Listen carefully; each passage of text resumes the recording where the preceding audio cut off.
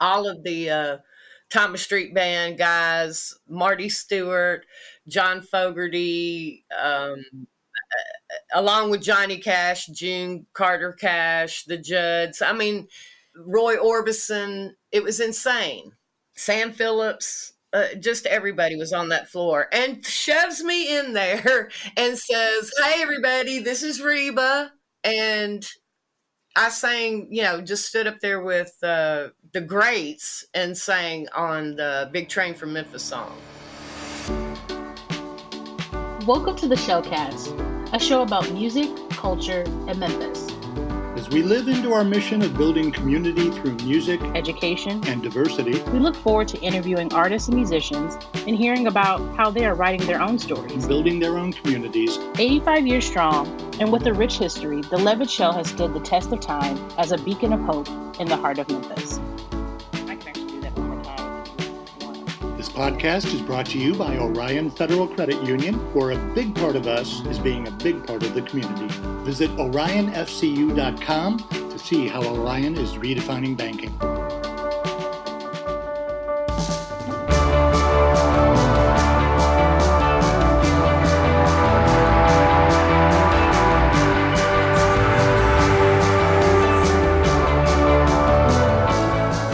Hi, and welcome to Shellcast episode 14. If you're making a list of the very best singers in Memphis, Reba Russell is always going to be at the top of that list. She has over 40 years of experience as a Memphis musician, and besides her own work, some great stories about singing with some of the absolute legends of music history. She's always a joy to talk to, a longtime friend of the Shell. So let's go ahead and join Reba Russell on Shellcast. Reba, thanks for taking the time to join us today. How are you? I'm good. Thanks for hollering at me. Not a problem at all. I can't tell you how excited I am to see you on our stage again. Yeah, I'm always excited about that. I've been excited since, late 70s, early 80s to get on that stage and play. So every time is a blessing. I think you're one of the few people in Memphis that has spent more time on that stage than I have. Well, I don't know about that. I think you put in way more hours, but for sure. I've actually never seen you sing with Susan Marshall either, so this is going to be really exciting for me. Well, it's going to be exciting for me too. It is a thrill always to sing with Susan. That's going to be something to see. Quite a show. For those that might not know, by the way, that's Saturday, September 25th at the Shell, Reba Russell and Susan Marshall. Reba, is it going to be your band backing you guys up? No, it's going to be, actually, it's the same band almost that's playing with Marcella. Oh, wow. We have several of those same people playing for us, and looks like Steve Selvage has got a three-time, three performances this month on the Shell stage. He just Big Ass Truck just played. I think he's playing with Marcella, and then he's playing with us too. So yeah, fantastic. Always love to see Steve on our stage as well. Heck yeah. So we're in probably the weirdest time of our history, at least in my lifetime. How you filling your time these days? Well, I'm really lucky because I have just a few acres out here in Fayette County. So, just general chores around here can take up quite a bit of time. And I'm writing some, but I've also been working, producing some stuff in the studio with Dawn Hopkins, who is the sound engineer there at the Shell. Mm-hmm. And so, yeah, I've been trying to work some. So, yeah, it hasn't, I'm a lucky person. I'm really blessed. So it hadn't been just awful comparatively with some folks out there. So sure. I can't complain. Well, I was glad to hear part of that answer because one of my questions was, do you have any plans to be writing anytime soon? So that's great news. Well, I'm always writing. The thing about me is I've grown old, and so I don't want to work quite as hard on my projects, but I'm willing to just go all in on other people's work right now, because then I don't have to follow it up with all the work of putting something out. But I hope to put, sure, at least a few songs out next year if I can. That'd be awesome. Yeah, it's been a minute since the last album, actually. It's been 10 or 11 years, something like that, a long time, yeah. Wow. Um, That'll be an exciting day to see a new one from you. well, we'll see. You and Don go way, way back. Once again, we're talking about Don Hopkins, who's our chief engineer at the Shell. How did you guys meet? Well, I was working with some people, Jack Holder at Sounds Unreal Studio, and she was an intern at the time. Mm-hmm. I think I had done some jingles and some singing over there and got to meet her and work with her a little bit. And I trusted her. You know, there's a whole trust factor in the studio when you're working with people. Sure. And she made me really comfortable. And so I had been thinking about starting to record some stuff independently on my own and talked to Dawn about it. And she took it on. And from that time on, she's really been one of the closest people to me in my life. She's a sister. So yeah, we've got a great relationship, and she's just an amazing engineer, producer. She's a very musical person, and she's a great human being. So yeah, She is. I am super lucky to hang out with that chick. Well, we're really lucky to have her at the Shell too. I promise you. Every once in a while, I make the mistake of asking her a technical question, and about 45 seconds later, I'm very politely going, "Oh." It's because she has probably forgotten more about music and technology than I could ever learn. She's really, really something.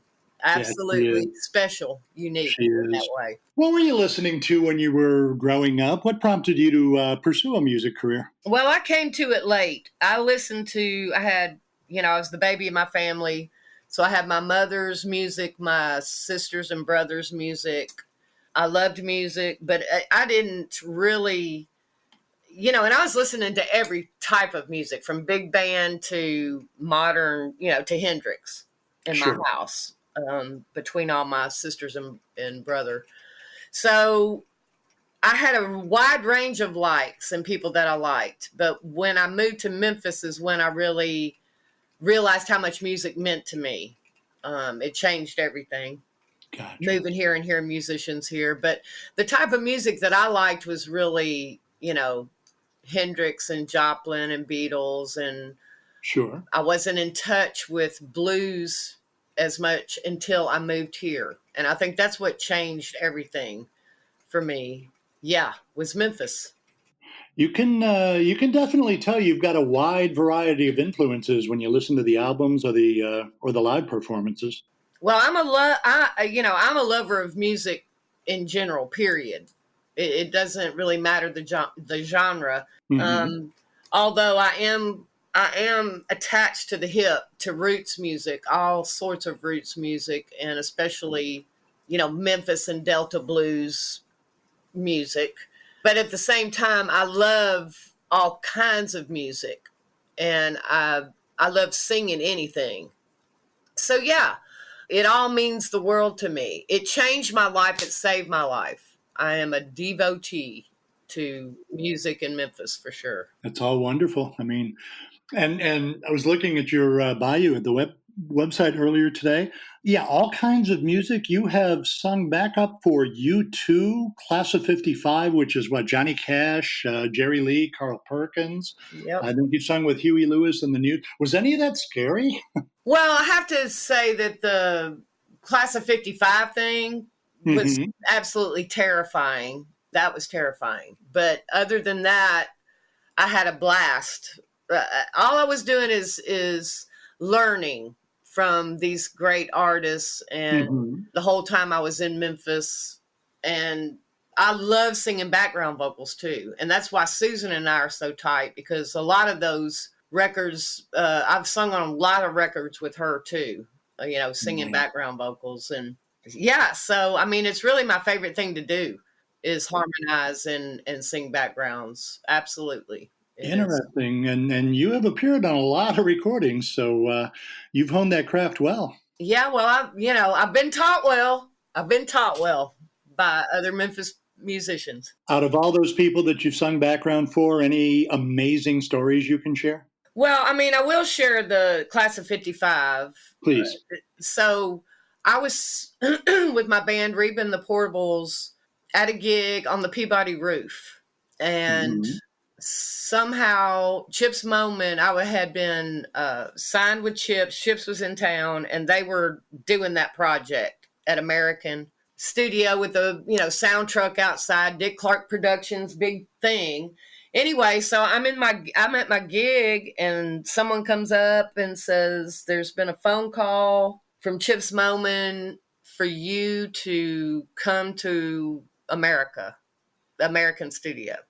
Right. So I was like, well, I'm in the middle of a gig. So we worked it out. The Peabody were sweet, and they were like, sure, go ahead. My band just stayed and played.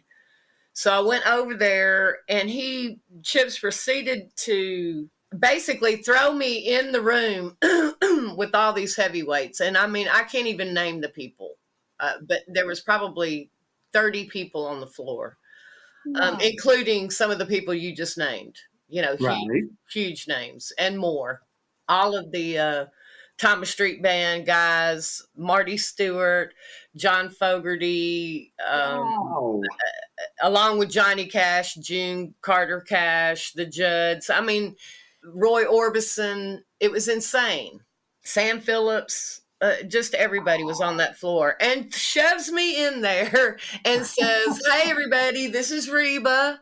And I sang, just stood up there with the greats and sang on the Big Train from Memphis song with them. Oh. So with no, just came from my gig, walked in the door, and that's what happened to me. And I'm standing there with all those people. I could barely breathe. I'm telling you, it was amazing. Wow. I was back to back with Johnny Cash, and we were rubbing backs. He was the sweetest thing, but everybody was super nice to me. I mean, it was if I had died that night, it would have been okay. I had met everyone all at one time. Yeah, it was insane. That is wonderful. Did you get to chit chat with everybody at all? Well, yeah, we did get to hang out mostly with Carl Perkins was a really sweet person, and Marty Stewart, and Roy didn't hang out very much. Jerry Lee was busy doing his Jerry Lee thing, but I did get to visit with some people. That is wonderful. Yeah, it was wonderful. Want to learn more about how you can support the Levitt Shell and its mission of building community through music, education, and diversity? Head to levittshell.org. You can read up on our 85-year history and check out our schedule of live and virtual events. Visit our shell shop to grab all the swag and find out ways you can participate in our mission, whether that's through donations, volunteering, sponsoring a show, or becoming a member of our Shell Circle. Once again, that's levittshell.org. Would you consider that your proudest professional accomplishment? Well, it's pretty high up there, but really my proudest accomplishment is the fact that I have made a good living being a musician for over 45 years or so. That's my proudest accomplishment. That's understandable, because that's not an easy way to go. And have been happy, and I'm still alive. And my highest honor is being selected to have a brass note on Beale Street. That is wonderful. That really means I'm a Memphis musician, and that's all I ever wanted to be my whole life, is a Memphis musician. Not only that, it means you're an elite Memphis musician. Well, I don't know if it means that, but I think it means that, Reba. I think so. But yeah, I'm going to be playing with some elite musicians in Memphis at the Shell. I'm telling you.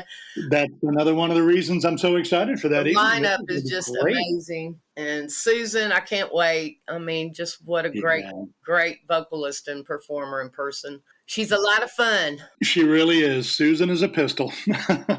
She is. So now you've done this for a long, long time. It's an old adage, and it's probably more true in music than anywhere. Women have to be twice as good to be considered half as good as men. In the time that you've been in the music business, have you seen any progress in that, a little bit of advancement? Oh, yeah. I mean, there's a huge difference. I mean, like and I was actually talking about this with the band hanging at a gig the other night, one of those late night band hangs. Right. But back in the day, I've had people touch me on stage in crowded venues, men. I've had people bite me. I've had I won't say people, a person bit me one time. I've had people make all kinds of horrible remarks to me. Now, this was like late 70s, early 80s, Sure. probably into like 89 or so. Yeah, there was not a lot of respect. I just got to say, the only people that respected were audience wise. Let's just put it that way. Musicians were respectful, but male audiences were brutal. And I think that's changed a lot. I never had any hugely bad experiences, only maybe two with other musicians or booking agents or something like that that were disrespectful to me. So, but by the, early 90s, things really started getting a little bit better as far as harassment went. I don't even think the pay has gotten equal yet. We're closer, women are closer. Mm-hmm. And I think that, like when Dawn and I started making records together independently in the early 90s or mid 90s, we were one of the few people doing it around here. There were other women doing it. But as far as I know, Dawn, there might be one or two other female engineers in Memphis at all. She's really a trailblazer, with all the work that she's done in the studio and live. Absolutely. And the venues that she's worked. So it is better. It is better. It's not great. There's still a long way to go. But in our tribe, women are really overcoming a lot of crap that doesn't happen anymore. I'm glad to hear that. Definitely more respect and love and kindness and appreciation, I think, for me personally. I mean, sure. There could be women that are really experiencing some bad stuff, but and I'm a pretty bold person, so I don't get used easily. I do get used, but not easily. So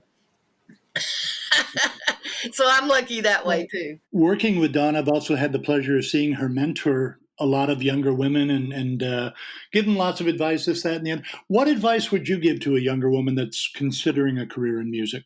Well, number one, never, ever kowtow. Just don't do it. Don't, do not inflate the ego of the person you're trying to please. Just do what you do well. Mm-hmm. Be schooled. Don't, stand up for yourself. Say what you really think. Don't hold stuff back trying to save people's feelings. Just, mm-hmm. And, be truthful. Be honest. That's the best thing I can say. And if something doesn't feel right, get up and leave. That's phenomenal to think that way. With everything that you've done, is there anything in music that you haven't accomplished that you'd still like to go for? Well, it's very interesting because I sort of am there. COVID has kind of put all of us in a funk. I mean, how can it not? I mean, this has been a really trying, horrid situation. We don't have bombs dropping on our head, thank God. But this is horrible. Lots of people are dying from this virus. So it's hard to get some momentum and want to dream a dream or have a plan for the future. But, we all sort of have to do that because there is going to be a future. We just not sure what it's going to be. But yeah, so my dream is maybe having Dawn and I doing more records. Producing more records, doing more work in the studio, mine and other people, mostly other people. Mm-hmm. But that is sort of where I'm casting my gaze for, 2022, because it's something that, we both just really love to do is being creative in the studio. Sure. I love live venues. Don't get me wrong, but it's just not quite as fulfilling at my age, I think, than it was, before. And so I get a lot of fulfillment out of being creative in the studio. Cool. That's going to be fun to hear too. So that's my new dream. We'll see if it works out. I certainly hope it does. I'm going to, I think I'm going to close this by being a little bit corporate narcissistic here. Okay. You are so often at the Shell, along with many, many other musicians in the Memphis area, which I absolutely love that our music community supports one another. Any Shell memories in particular you'd care to share with us? Well, I think I will share, I'll just go back and say that I'm going to start from where the Shell has been rebuilt is where Okay. I want to start. Okay. I have wonderful memories of all kinds of Sid Selvage and Jim Dickinson shows, as well as, Furry and the Mose Vincent, the Roots people. But I will say that the first 2 seasons of the Shell, before there were even super lights and super sound, but just how joyous those first 2 seasons were to see the community, Memphis community, come together in that space. It gives me chill bumps just thinking about it, how really important that space is for a community building, a community feeling, and that music and arts are what it is revolving around. I just think it's one of the most positive feelings I've had in a long time. And that's continued till what? Is this the 10th or 11th year of the reopening? We're into 13 now. Okay. So yeah, it's maintained that for Memphis. And I think that the community at large is better for having the Shell providing art. Well, thank you for that. Well, it's how I feel. It's how I've always felt about the Shell. But the fact that people, put money into it, and now it's a really a proper venue on a small scale, but the lighting and the sound and the seating, the cleanliness, the consistency, has been brilliant. Well, that's wonderful. And I promise you, we very much appreciate it. Well, I just long live the Shell, long after we're all gone. I hope that place remains. I hope the very same thing from the bottom of my heart. Reba, thank you so much for taking the time with us today. You've always been so good to the show. We appreciate you so much. We're going to see you up there on Saturday, September 25th with Susan Marshall. What a show it's going to be. Okay. Thank you, Silver. Looking forward to it, hon. I'll see you right soon. You be careful out there, okay? All right, hon. You too. Thank you. Reba, as always, thank you for your time. She's always been such a great friend to the Shell, and that makes us so proud. Her website is rebarussell.com. Our website is levittshell.org. You can check out all the concerts and all the goings-on at the Shell. Also hope you stop by the virtual tip bucket, so keep in mind that every dollar that you donate goes back into music on that historic stage. Thanks for joining us on Shellcast.